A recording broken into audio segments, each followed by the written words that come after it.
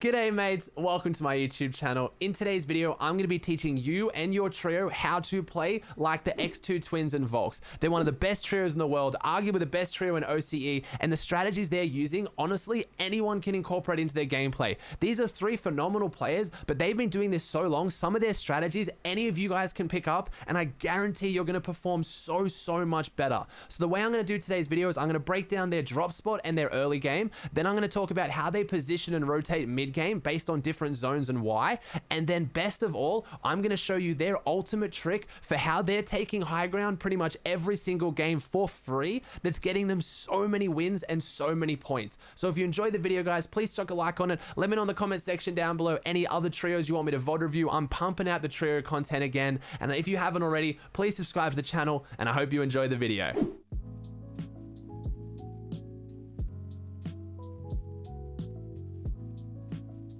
Let's start off talking about their drop spot, and it's no coincidence they are doing so phenomenal out of Slurpy Swamps. I talked about it recently in some of my videos. I said the Craggy Cliffs and Slurpy Swamps are two of the best drops on the map right now because you get guaranteed full shield for your team without having to use any of your meds, and you also have fishing holes, and that is exactly what this team is doing to perform so insanely well. So the way they take Slurpy Swamps, and again, the games that I'm going to be reviewing today are pro scrims, they're uncontested, but you can still do a similar thing if you're contested in normal games like Arena or Cash Cups. But basically, two of the twins or all three of them will drop at Slurpy Swamps, but the two twins, Jordan and Jesse, will loot around Slurpy Swamps for a bit longer, where Volx will take the opportunity to go and grab a boat and start fishing all the holes around Slurpy Swamps. And this is one of the reasons why this team is doing so insanely well, because not only are they walking away from full shield with the barrels and then the loot they're carrying along the way, they're also getting all those ridiculous fish, and it's because of the way they play their early game that sets them up so well into their mid and late game. So you'll notice that a lot of the times Volx will end up rotating. He'll get the fish around the northern side of Slurpy and the western side first,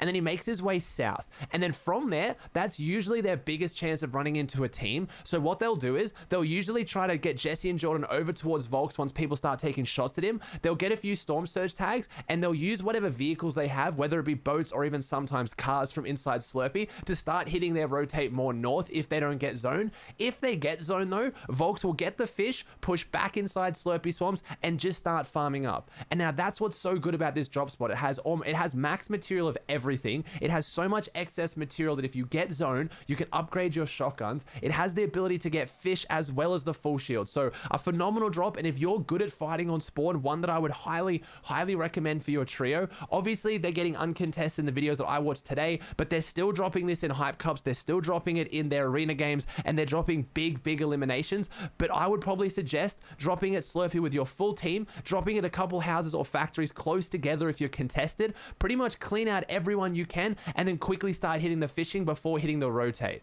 So now we're talking about rotates. Let's see how they run into their mid game and how they position depending on different storms around the map.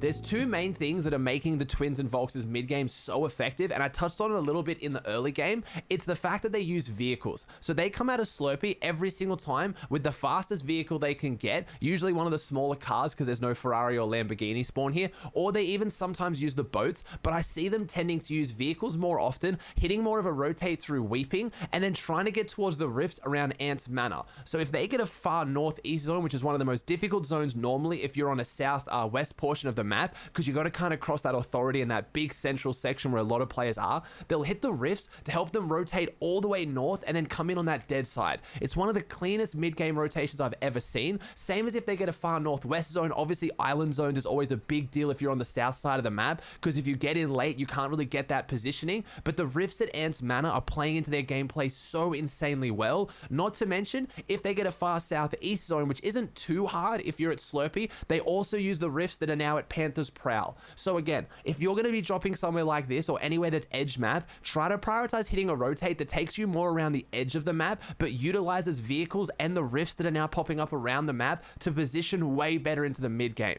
Now, the second thing they do that's really interesting that I don't see a lot of teams doing is they will prioritize getting into a building and refarming and taking as much real estate in that building as possible rather than going more central. So if it's like second zone and they're coming in around like, you know, Doom's Domain way, but zone is up towards Craggy, they won't keep pushing towards Craggy and set up on the hills. They'll actually choose to set up on a house inside Doom's domain or an area around that, because they're prioritizing getting a big area of real estate so they can get their Storm Surge tags they're not getting early in the game because they're not as contested, and then they push in later with the mobility they have. Again, they're walking away from Slurpee with quite a lot of loot. They're walking away with quite a lot of meds. So if you're setting up, let's say, edge of second zone, so edge of second zone, and then you get a far third zone, all it usually takes is one bounce pad and shockwave, and you can cover 3/4 of that distance instantly. So if you've got the mobility, don't be as scared these days to set up on the edge so you can get tags and get a nice big building, rather than trying to run it into the next zone, burning through all your meds and then getting focused anyway. How many of you guys right now in trios are getting hard focused by so many other teams because you're setting up center zone, pushing in late, and you're just getting lobby focused? Sitting on the edge and then rotating in is a really, really good strategy that I'm not seeing too many teams use. I'm seeing Rogue Shark, Knight, and AV do it a lot out of NA East, and it's no surprise they're also dropping down for Tillaway. So this southwestern section of the map is doing really well in multiple regions, and it's because of rotates like this. But the key to the Twins and Volx's success is definitely their endgame. So that's what I really want to take you through.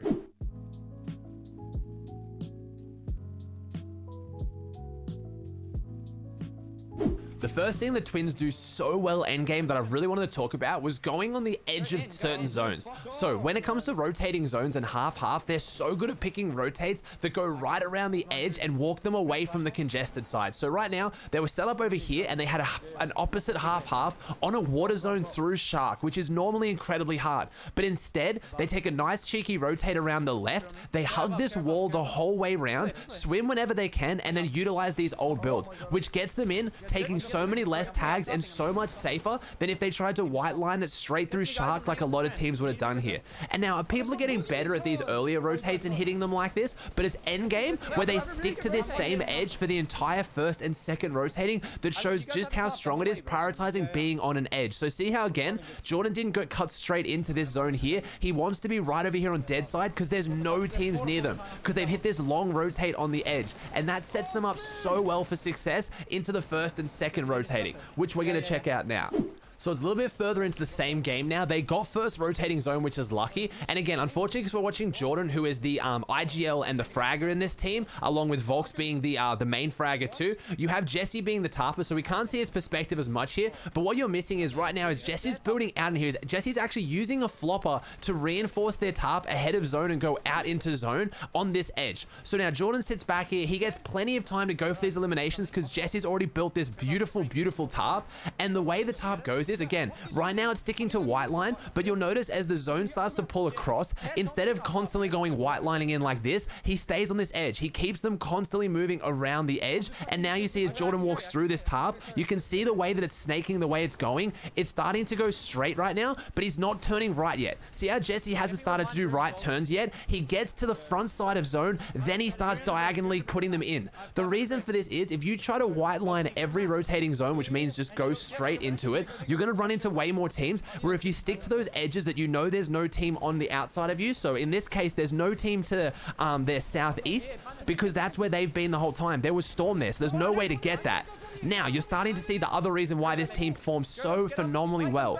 Everyone knows their roles. So I just touched on a little bit there. To break down this team's roles in endgame, you have Jordan, which is kind of the IGL support fragger. You have Volx, which is obviously one of the best fraggers in the world, sitting at the back of the tarp and just dropping a limb after a limb. And you have Jesse, the tarper. It's because Jesse constantly have those tarps built forward, and how well that Jordan and Volx play together, they pick up so many eliminations. They play so well. You saw there, Volx got the elimination. He jumped in the box. Jordan didn't run away. He stood there and waited. He waited until he got back up in case a team started cycling onto Volx so he could help him. They frag together so insanely well. They know their roles. They have great chemistry. And because Jesse always has these tarps for them, and again, look what they're doing. They're sticking to this left edge. He didn't push them more diagonally until they got in. You need to stick to the edge on these rotating zones. It puts you in such a better position than if you're just going straight in constantly. So you'll notice again, there's never a team behind them. See how there's no team out here? Because they stuck to the edge. It's so massively important, and it's what Jesse does so well.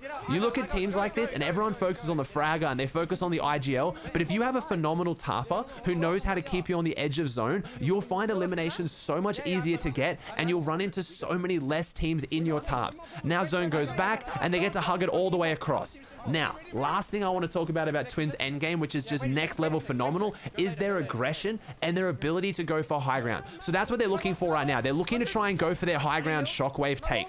And when they hit it, it is so insanely clean how they set it up. So Jordan just got an elimination. He's healing back up, and now they're setting up for it. They're trying to figure out how they're going to do it. Jordan tags this box. He marks it and says, we're going to go here. He calls 1x1s. They shockwave up, and they all reinforce their 1x1s. Unfortunately, this game, they misplayed it a little bit once they got high ground. They didn't play it as well enough together. They see how they start dropping down and splitting their layers a little bit too much. They needed to stick together and use the fact that Volx had a lot of materials, but that aggression, that ability to take high ground with the shockwaves is going to be huge. Remember, a lot of you guys are stuck in last season where if you didn't have caddy launcher, you couldn't take height. You can take height now. If you have a singular shockwave, you can do exactly what Twins and Volx just did then and have a clean high ground retake. Unfortunately, like I said, they misplayed height here a little bit and they identify that, but how they took height is something you really need to work on.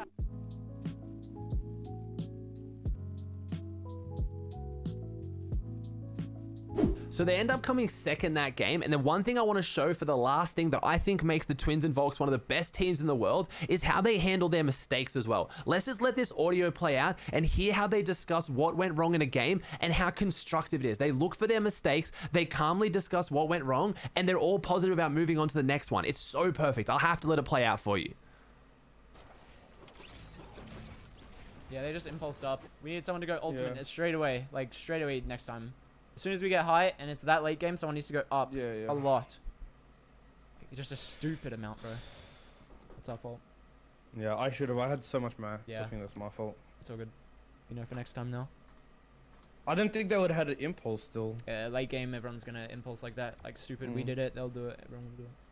So, you hear it perfectly there. Not only do they break down exactly what went wrong, it's still all positive, right? Jordan just said there, now we know for next time. Volx takes ownership. Hey man, that was my mistake. I should have cranked up. So it's just that team mentality is going to take you so far, and is what makes them such a good trio and have been such a good trio since the start of trio competitive. And again, to break down what went wrong there and what you could work on when you're trying to take high ground like that, what they're talking about is once they shockwave for high ground, like Jordan identified, a lot of other teams are going to go for that as well. So once you shockwave take height in that situation, if one of your players has more materials, in that case Volx, you should do a few 90s to crank up to ultimate height. We've talked about that a lot in last season, so that someone else can't shockwave up. So you got to think, if you're down on this layer and the team's above you on one layer, if you shockwave above them, you need to get so high up that they can't shockwave again above you. So that's how you play it. Ideally, you shockwave up, you and your team are on the same layer as them, two of your the trio fight, the other team and contest it, but one player gets even higher so they can't just easily shockwave up and take it again. But you need to start identifying when you can take high ground with shockwaves or even crash pads, because I've seen too many teams who have only started playing trios, especially last season, are too scared to take high ground because against the caddy launcher it was impossible. It is no longer impossible. Doom's mythics are a bit of a problem on high ground. They apply a lot of pressure to teams beneath them, but if you have the items to take high ground, they're actually not that good at holding high ground. So you need to get comfortable to take it. So get yourself into a position where you're just beneath high ground, look up, see if it's close to you like the Twins did. If it's within shockwave range, triple one box, shockwave up, build the reinforcement and fight them for it. It's going to get you so many better games. Alright guys, that does it for another video. I've switched up my style with these. Instead of just breaking down like kind of one element of their gameplay, I really want to just do full reviews on trios, and I can teach you how to play like. That's the entire idea of this series. I'm kicking it off with none other than the Twins and Volx. I hope you enjoyed it. If you did, please chuck a like on it. Let me know in the comment section down below any other trios you want me to do. If you haven't already subscribed to the channel, please consider doing so. I'm pumping out so much content here, and I have a whole bunch of new graphics and series coming out. I'm really going all in on YouTube, and I can't say thank you enough for all the support with it right now. I guarantee we're taking this to the next level. So thank you so much. I hope you enjoyed the video, and I'll see you in the next one.